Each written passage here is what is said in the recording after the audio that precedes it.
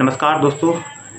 अभी हाल ही में नीट का 2024 का रिजल्ट क्लियर हुआ और ये रिजल्ट 4 जून 2024 को रिलीज हुआ। जिस दिन भारत में लोकसभा इलेक्शन का रिजल्ट क्लियर हुआ था, उसी के शाम को नीट अपना रिजल्ट जारी करता है। पहली बार ऐसा देखा गया है कि बड़ी अनियमितताएँ पाई गई इस बार रिजल्ट में जा कर के। देखा गया कि 67 बच्चों का, जिन्होंने 720 में से 720 मार्क ऑब्टेन किए हुए हैं जा कर के। तो ये तो बड़ा अजूबा सा लगता है। अभी तक के इतिहास में, नीट के इतिहास में ऐसा कभी नहीं हुआ है जा कर के कि जिसमें एक साथ जो है इतने सारे बच्चों का जो परफेक्ट स्कोर गेन करते हैं जा कर के। ऐसा तो बड़ा ताज्जुब वाली बात लगती है, आश्चर्य वाली बात लगती है जा कर के। अभी तक ये देखा गया, पहले जब भी कभी रिजल्ट निकले तो 1 या 2 या मैक्सिमम 3 बच्चों ने ही परफेक्ट स्कोर गेन किया था। लेकिन ऐसा एक साथ जो है 67 बच्चों का जो है परफेक्ट स्कोर गेन करते हैं, ये तो बड़ी ताज्जुब वाली बात होती है। अच्छा, इस एग्ज़ाम को कंडक्ट कराने वाली एजेंसी होती है NTA, नेशनल टेस्टिंग एजेंसी, जो बड़े इंडिया के टॉप एग्ज़ाम्स को कंडक्ट कराती है। जैसे आपका नीट हो गया या IIT JEE का एग्ज़ाम हो गया, IIT, तो इस तरह के एग्ज़ामों को कंडक्ट कराने वाली एजेंसी में इस तरह क्या अनियमितताएँ पाई जाती है तो बड़ा ताज्जुब सी बात होती है जा कर के। अच्छा, ऐसा नहीं है कि एक महीना पहले करीब जो है 1 मई को पटना पुलिस ने कुछ संदिग्ध व्यक्तियों को गिरफ्तार भी किया था। जब उनको ये खबर मिलती है कि झारखंड की कोई एजेंसी उनको इन्फॉर्म करती है कि शायद पटना में कुछ लोगों के हाथ में नीट का जो भी एग्ज़ाम होने वाला है जाकर उसके पेपर्स उनके हाथ में लग गए हैं। और ये एग्ज़ाम ऑल इंडिया में 5 मई को होता है। 5 मई 2024 को एग्ज़ाम कंडक्ट होता है। तो ऐसा नहीं है कि पटना पुलिस ने बड़ी शीघ्रता के साथ में उनका फॉलो करती है और उनके कुछ लोग पकड़े जाते हैं।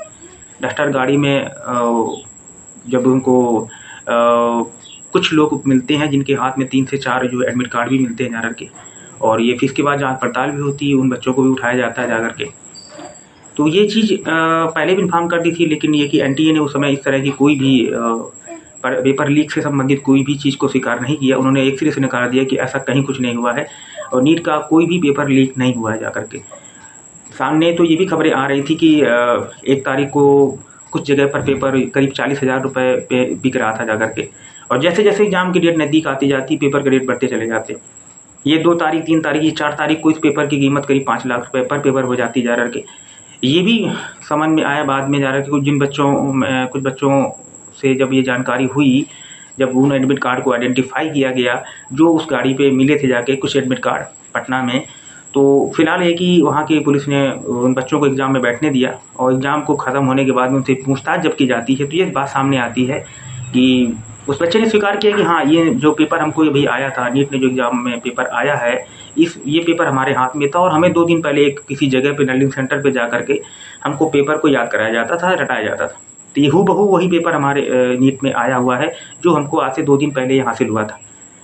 तो इस बात को तो कोई नकार ही नहीं सकता है कि इसमें इतना बड़ा स्कैम होता है।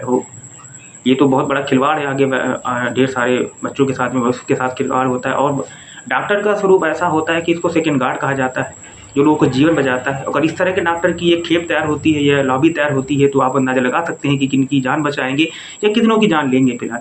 तो ये वही डॉक्टर बन के तैयार हो गए जो पता चलेगा कि किसी किडनी बेच रहे हैं, किसी का लीवर बेच रहे हैं, या वो कैसे डॉक्टर बन के तैयार हो रहे हैं, ये तो सोचने का विषय है और गंभीर विषय है फिलहाल। तो इस तरह की घटनाएँ होना ये शर्मनाक स्थिति है।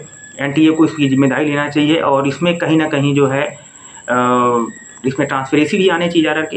बाद में ये भी पता चलता है कि बड़ी अजीब-सी बात ये लगती है कि जो इस एग्ज़ाम का रिज़ल्ट 14 जून 2024 को जारी होना था, लेकिन ये रिज़ल्ट क्या होता है 4 जून 2024 को रिलीज़ हो जाता है। यानी पहले की डेट से 10 दिन पहले एग्ज़ाम का रिज़ल्ट जारी हो जाता है, क्योंकि इससे ये साफ ज़ाहिर होता है कि कहीं न कहीं इस बात को दबाने के लिए, क्योंकि उस दिन रिज़ल्ट निकलता है लोकसभा इलेक्शंस का, तो सारे के सारे लोग, स्टूडेंट के गार्जियन जितने भी होंगे, सारे के सारे लोग अभी चुनाव के रिज़ल्ट में जा कर के इसी बातों पे इन्वॉल्व होंगे, उसी की चर्चाएँ करेंगे। कहीं न कहीं ये बात दब जाएगी और ये बात में ज़्यादा विशेष चर्चा नहीं हो पाएगी। तो इससे ये कहा जा सकता है कि सोची-समझी रणनीति के तहत किया गया, क्योंकि उसी दिन जारी करने का क्या मतलब बनता है? ऐसा तो हो ही नहीं सकता है। अच्छा, इसमें ये होता है, कुछ और भी बातें पाई गई। अच्छा, ये बात तब ये सामने खुल कर के आती है जब NTA टॉप 100 बच्चों के मार्क्स को भी लिस्ट जारी करता है। इसमें अगर टोटल क्वेश्चन की बात आप करें तो 200 क्वेश्चन होते हैं और जिसमें कि 4 सेक्शन में 200 क्वेश्चन और एक सेक्शन में 50 क्वेश्चन होते हैं, जिसमें करीब 45 क्वेश्चन को आपको सॉल्व करना होता है। यानी 45 क्वेश्चन करने के बाद में आपको 100 मार्क्स गेन होते हैं। यानी टोटल अगर आप करते हैं तो 720 का इसमें परफेक्ट स्कोर होता है। और 720 अगर इसमें 720 मार्क आ सकते हैं अगर कोई बच्चा पूरे के पूरे क्वेश्चन अटेम्प्ट करता है और इसके बाद में कोई भी क्वेश्चन उसका फाल्ट नहीं होता, गलत नहीं होता या कोई भी क्वेश्चन उसको मिस नहीं करता है, तो उसके टोटल स्कोर क्या है 720 आते। अगर उसमें कोई एक बच्चा है जिसमें एक क्वेश्चन नहीं अटेम्प्ट करता है तो उसके आपके 4 मार्क्स कम होकर के यानी 179 अगर क्वेश्चन करता है तो उसके मार्क्स आते हैं 716। और अगर कोई बच्चा एक क्वेश्चन को गलत कर देता है आउट ऑफ 180 में एक क्वेश्चन को गलत कर देता है तो 4 मार्क्स तो उसके ऑलरेडी कट जाते हैं और एक आपका माइनस मार्किंग के साथ करता है। तो यानी कितने आएंगे आपके 715 उसके मार्क्स आने चाहिए। लेकिन ताज्जुब की बात ये देखी जाती है कि उसमें 718 मार्क्स भी एनटीए दे रहा है, किसी को 719 मार्क्स भी दे रहा है जाकर के।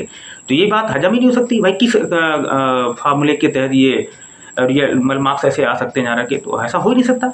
ये कौन सी गणित के आधार पर जो उन्होंने रिजल्ट जारी किया हुआ है जाके किसी बच्चे के 718 या 719 मार्क्स आते हैं। मुझे ऐसा लगता है कि शायद अगर ये कहीं ना कहीं अगर 718 और 719 के 2 स्टूडेंट के मार्क्स ना आए होते तो शायद एनटीए अपने स्कैम के तहत वो सफल भी हो सकता था जा करके, क्योंकि कोई आधार ही नहीं बन पाता जा करके और इतने सारे बच्चों की बात शायद आई गई हो गई होती है जा करके। लेकिन बात वहीं पकड़ में आ जाती है कि ये कैसे हो सकता है कि 718 और 719 नंबर भी कोई गेन कर सकता है, किस गणित के तहत ये मार्क्स दिए गए। काफ़ी दिनों के बाद में महीने भर बाद जब ये रिजल्ट होता है तो मामले कोर्ट में भी पहुंचता है जा करके। इसके बाद में लोग ये बात कहते हैं, एनटीए इस बात की जिम्मेदारी लेता है कि नहीं अगर मार्क्स कुछ लोगों को दिए गए हैं तो ग्रेस मार्क के आधार पर उनको मार्क्स दिए गए हैं। ग्रेस मार्क्स देने का आधार क्या था? ग्रेस मार्क देने का आधार ये वो बताता है कि कहीं कहीं पर किसी सेंटर में जाने पर क्या होता है कि कुछ लेट हो जाता है, किसी को उपस्थित आधे घंटे या 20 मिनट या 10 मिनट जैसे लेट होता है तो उस आधार पे हमने उनको ग्रेस मार्क दिया गया है। पेपर उनके स्टूडेंट के हाथ में देर में आता है, इस वजह से उस चीज़ की भरपाई करने के लिए हमने उनको ग्रेस मार्क दिया हुआ है। तो आप ये बता सकते हैं कि इसका क्या क्राइटेरिया था ग्रेस मार्क देने का? इसका मतलब जो जितना लेट होगा उसके ग्रेस मार्क्स ऑब्वियसली आसानी से उसको हासिल हो जाते हैं। अगर मान के चलिए आप 10 मिनट में किसी बंदे को 40 मार्क्स दे रहे हैं, 10 मिनट में अगर वो डिले होता है उसको 40 मार्क्स दे रहे हैं, या उसको आपको ये लगता है कि 10 मिनट में वो 10 क्वेश्चन कर लेता है तो ये करीब 40 मार्क्स गेन करेगा। ऐसे बढ़ा करके आप कोई 20 मिनट्स डिले होता है तो उसके 80 मार्क्स दे देंगे। अगर 40 मिनट्स कर देता है तो 160 मार्क्स उसको दे देते हैं। तो इसका मतलब ये तो फिर नाइंसाफ़ी हो जाएगी ना। अच्छा, आपको ये कैसे पता होता है जा करके कि 4750 exam centre all over India में बनाए गए और 4750 में आपको ये पता था कि किस सेंटर पर जा करके बच्चे डिले हो रहे हैं जा करके? सीसीटीवी फुटेज से आप इतना पता कर पाते हैं जा करके, आप हवाला देते हैं सीसीटीवी फुटेज का कि हमारे पास वो आंकड़े थे कि फुटेज में हमने देखा जा रहा है कि कहाँ पर कौन बच्चा। आप 4750 सेंटर्स की जो है आप जानकारी इकट्ठा कर लेते हैं, या आपको पता ही होता है कि फला सेंटर में ऐसा होने वाला है। तो ये बहुत सारी अनियमितताएँ हैं। इसे सीधे से समझा जा सकता है कि ये सोची समझी चाल के तहत ये स्कैम किया गया और ये बहुत बड़ा खिलवाड़ किया गया। पहले के क्वेश्चन में अभी तक दिखाया जाता था, जब एनटीए एग्ज़ाम पहले फॉर्मल एनआईटी के एग्ज़ाम उसने करवाए तो ये कट ऑफ का मार्क्स 130 to 134 करीब क्वेश्चन हुआ करता था जाके। इस बार आप कट ऑफ को क्या बढ़ा देते हैं, 164 तक एवब कर देते हैं। यानी 130 to 134 से लेकर के 160 to 164 क्वेश्चन यानी करीब 30 क्वेश्चन एवब कर देते। तो इतना कट ऑफ करने का क्या मतलब बनता है? कट ऑफ इतना हाई करने का क्या मोटो हो सकता है जा करके? आप ये हवाला एनटीए ये बात कहती है कि क्योंकि हम देखते हैं कि नंबर ऑफ स्टूडेंट की संख्या बढ़ती जा रही है, करीब 20% बच्चे इस बार के एग्ज़ाम में ज़्यादा बैठने वाले थे।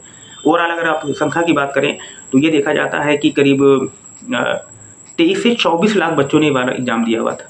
23 से 24 लाख स्टूडेंट था जिन्होंने पार्टिसिपेट किया था। तो अगर 20% इंक्रीमेंट होता है नंबर ऑफ स्टूडेंट्स में तो फिर आप इतना हाई करने उसका भी रेशियो हो सकता है कि इतना ज़्यादा कैसे कह सकते हैं कि 30 क्वेश्चन का कट ऑफ बढ़ा देंगे जा करके। तो फिर नीचे आने वालों को तो कोई मामला ही नहीं पहुंच सकता, वहाँ तक बंदा पहुंच ही नहीं पाएगा। तो ये चीज़ें समझ में आती हैं। और भी ये ताज्जुब की बात तब होती जा रहा है कि अब ये देखा जाता है कि हरियाणा के झज्जर के जगह पे किसी स्कूल पे किसी सेंटर में एक साथ 6 बच्चों के टोटल मार्क्स जो है परफेक्ट स्कोर गेन करता है। करीब 5 से 6 स्टूडेंट ऐसे होते हैं जिनके टोटल मार्क्स में वो एक ही, शायद वो उनके अगर सीरियल नंबर को आप देखते हैं, जाके रजिस्ट्रेशन नंबर को देखते हैं, सीरियल नंबर को देखते हैं तो उनके सीरियल नंबर भी एक ही पाए जाते हैं लगभग, कंजिक्यूटिव उनके सीरियल नंबर होते हैं जा के। तो एक वो ये समझा सकता हो सकता है एक ही साथ बैठे हों, आस-पास बैठे हों, ये समानता उनमें देखी जाती जा रही है। तो इतना ऐसे कैसे हो सकता है कि एक ही सेंटर के करीब 6 बच्चों के जो है 720 मार्क्स गेन करते हैं। तो ये भी ये चीज़ को इंगित करता है कि इसमें कहीं न कहीं सोची-समझी चालाकी के तहत ये सब कुछ किया गया है। सोची-समझी रणनीति के तहत इसको अंजाम दिया गया जा रहा है। तो ये तो बहुत बड़ा भविष्य के साथ खिलवाड़ होता है। बहुत सारे आज भी हम देखते हैं कि कोटा जैसे जगह पे जाकर के देश के ढेर सारे बच्चे वहाँ पर जाते स्टडी करते हैं। फाइनेंशियली मैं देखता हूँ कि वो अपने किसी न किसी तरीके से सहारा लेकर के वहाँ, क्योंकि काफ़ी प्राइवेटाइजेशन का दौर चल रहा है, जाके ढेर सारा फंड भी खर्चा होता है। कोई खेत बेच के आ रहा है, कोई जूली बेच करके आता है, गार्जियन कैसे भी फंड वहाँ पर देता है। और बहुत सुसाइडल केस भी ईयर बाय ईयर मैं देख रहा हूँ कि बहुत सारे सुसाइडल केस की भी संख्या बढ़ती चली जा रही है जा करके। और उसके बाद में ये होता है तो इसमें गार्जियन भी कितना परेशान होता है, इवन बच्चों का एक डिमोरलाइजेशन भी होता है जा करके। तो इसको सोचना चाहिए सरकार को, फिर संज्ञान लेना चाहिए जा करके, और एनटीए को इस तरह किसी भी भविष्य में कभी भी इस तरह की जो धांधली में कोई जगह नहीं होनी चाहिए। ये बहुत बड़ा खिलवाड़ है। इतने सारे बच्चों के साथ भविष्य खराब किया जाना, ये बहुत ही बड़े विनाश की ओर ले जाने वाली बात हो गई जाके। हम देश को, अगले समाज को, आगे वाली जनरेशन को कितनी खराब स्थिति में खड़ा कर रहे हैं, और ये हमारी जिम्मेदारी बनती है। इसीलिए मुझे लगता है ना कि इसके लिए गार्जियंस को लेकर के या जो भी समझदार जैसे भी व्यक्ति हैं, तो उनको खुल के आना चाहिए, इस चीज़ का विरोध करना चाहिए, सरकार को उसमें संज्ञान लेना चाहिए जा करके, और ऐसा करता ही नहीं। और अभी मैंने देखा, अभी मुझे खबर सुनने में आई जा रहा है कि एक छात्रा थी जिसके तो 720 में से 720 मार्क जो गेन करती है, और ये पता चलता है कि शायद उसकी 12वीं में जो है फिजिक्स और केमिस्ट्री में फेल होती है।